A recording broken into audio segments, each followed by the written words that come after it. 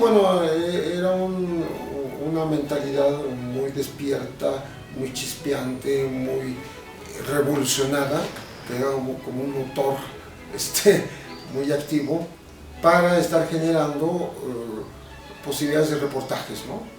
Esto lo hacía constantemente, traía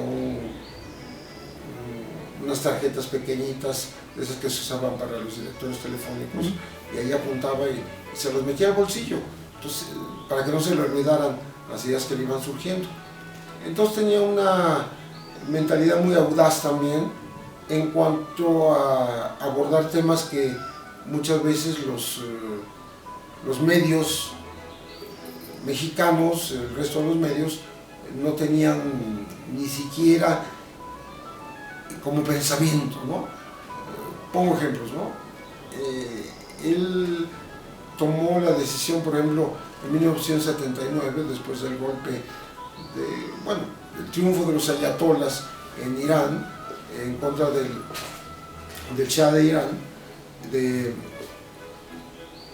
tuvo la idea de que hubiera una presencia de la revista Proceso en Irán, pues a quien nadie se le hubiese ocurrido, pues es un país lejano, problemas aparentemente fuera de nuestro dominio y nuestro interés, pero no era así, porque él vio la posibilidad de hacer algo de verdad importante por la presencia del Shah en México.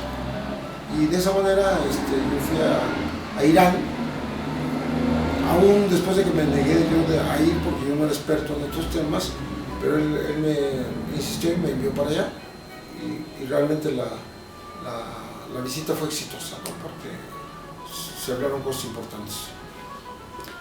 A tanto tiempo de distancia, ya casi medio siglo, ¿cuál es su juicio o cuál es su perspectiva sobre lo que ocurrió en Excelsior y Luis Echeverría? ¿Realmente fue un golpe a la libertad de expresión o más bien fue un asunto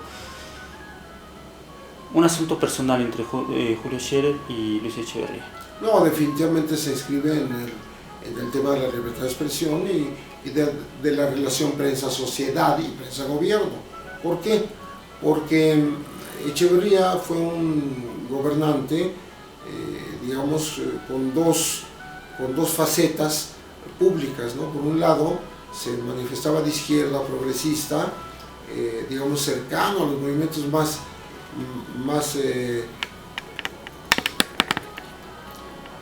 importantes del mundo en la relación anticapitalista, como la OPEP, ¿no?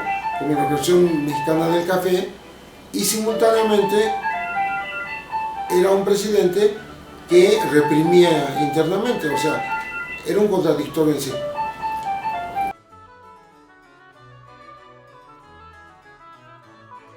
Scherer mismo lo describe en sus libros. Él habla de su relación con el poder, y particularmente personalizado en los presidentes de la República, en donde da a conocer detalles que nos dan idea de cuánta capacidad de cercanía logró tener, ¿no?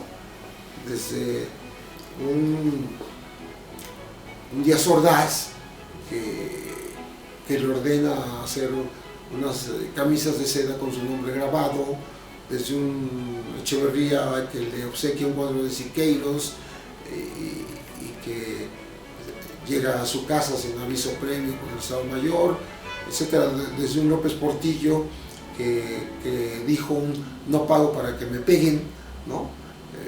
En términos ya de existencia de proceso, aunque había empezado bien la relación después de Echeverría, en fin, toda esa cercanía, lejanía con el poder, ¿no?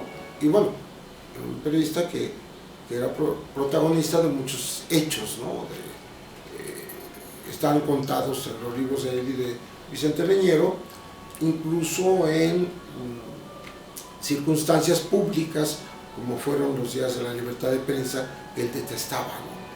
Pero en una ocasión se vio obligado a estar cerca ahí del presidente y recibió un maltrato del Estado Mayor Presidencial.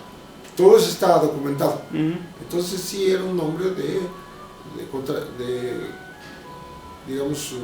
contradicciones en el sentido de su cercanía con el poder y al mismo tiempo su lejanía al poder, ¿no? Bueno, yo tuve una relación no amistosa, como se puede decir, de tanta cercanía, pero sí de confianza periodística, profesional, con la salvedad de que yo no siempre estaba de acuerdo con él. O sea, a veces teníamos diferentes modos de ver las cosas, había diversidad de opiniones y lo podíamos discutir. Entonces yo creo que eso ayudó a que fuera una relación crítica y simultáneamente enriquecedora. Yo trabajé 15 años con él, o sea, los 6 de Excelsior, del 70 al 76, más propiamente 9 en proceso. Entonces, eso dio la posibilidad de conocernos más a fondo y de discutir las cosas. Porque yo tenía la responsabilidad de la jefatura de información y por tanto pues debía transmitir las instrucciones que se acordaban en la junta de redacción. Entonces, creo que puedo considerar que tuve una relación cercana, pero siempre con la debida distancia en cuanto a posiciones periodísticas. Por supuesto, él era un hombre con más años, más experiencia, más prestigio, etcétera, que un servidor, pero lográbamos conciliar este tipo de cosas.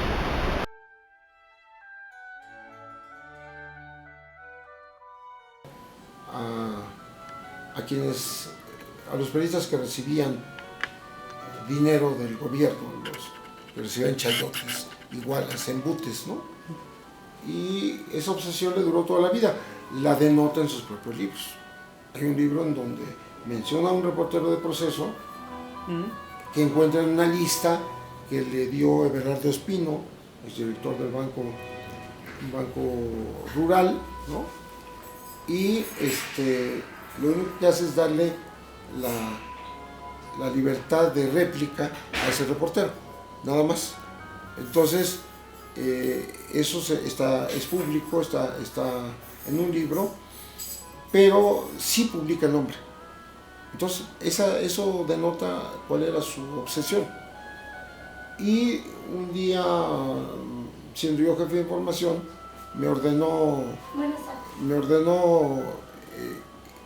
hacer un reportaje o buscar a los jefes de prensa para que me dieran alguno de ellos o varios de ellos la lista de los periodistas que recibían dinero por parte del gobierno. Entonces lo que yo hice de manera algo malosa, ¿no?, fue acudir en efecto a cumplir esa orden con los jefes de prensa más cercanos en la historia a don Julio.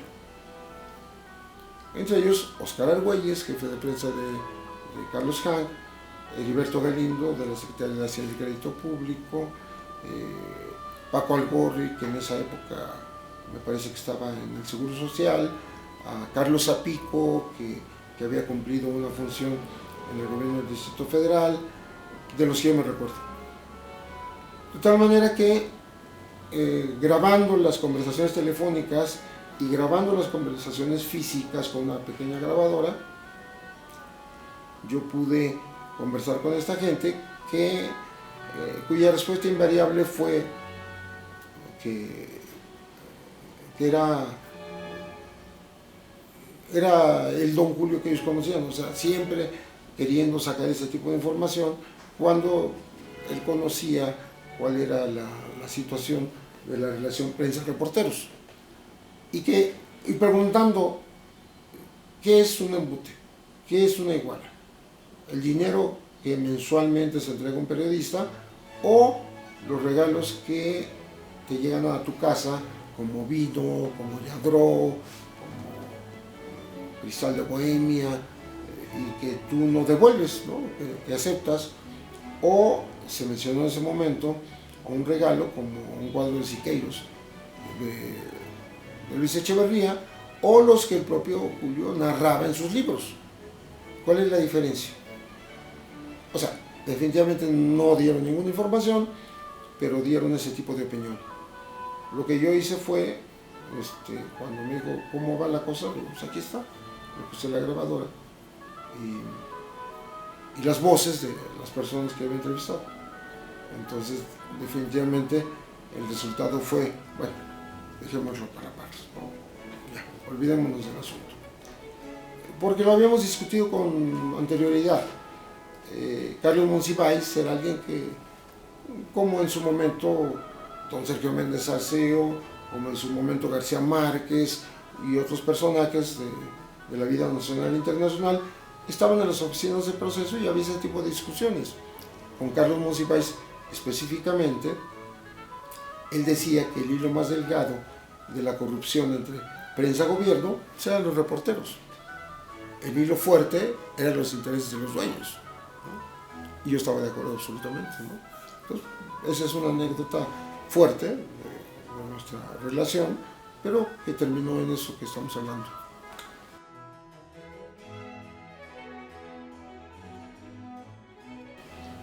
Yo salgo del proceso porque creí terminar un ciclo, porque hace rato te decía, yo tenía posiciones críticas, no necesariamente las que podía tener el director o la junta de redacción, y simplemente decidí que yo ya no tenía lugar ahí, ¿no?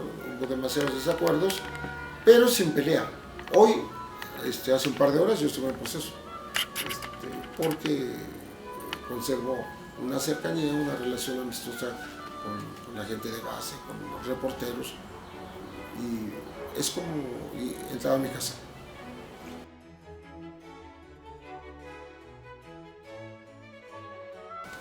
Yo creo que las dos cosas, o sea, es profesión en la medida en que la gente que lo ejerce está preparándose, o sea, ya viene de una preparación, pero sigue actualizándose, perfeccionándose en el camino, ¿no? Yo creo que yo puedo decir con toda claridad que esa profesión me encanta, la volveré a escoger, porque todos los días aprendes algo diferente, estás actualizándote.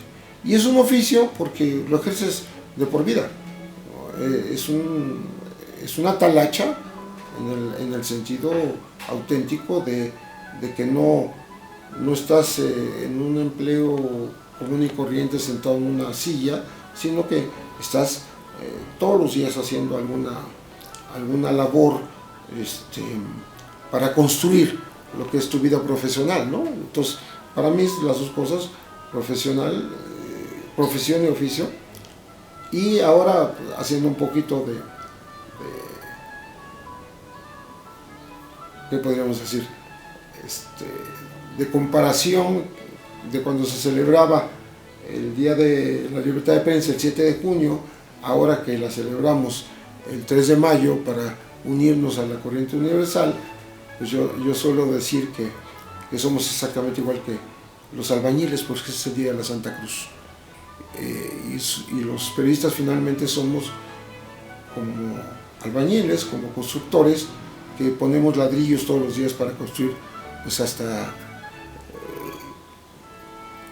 hermosas casas o bardas o lo que sea, pero somos constructores.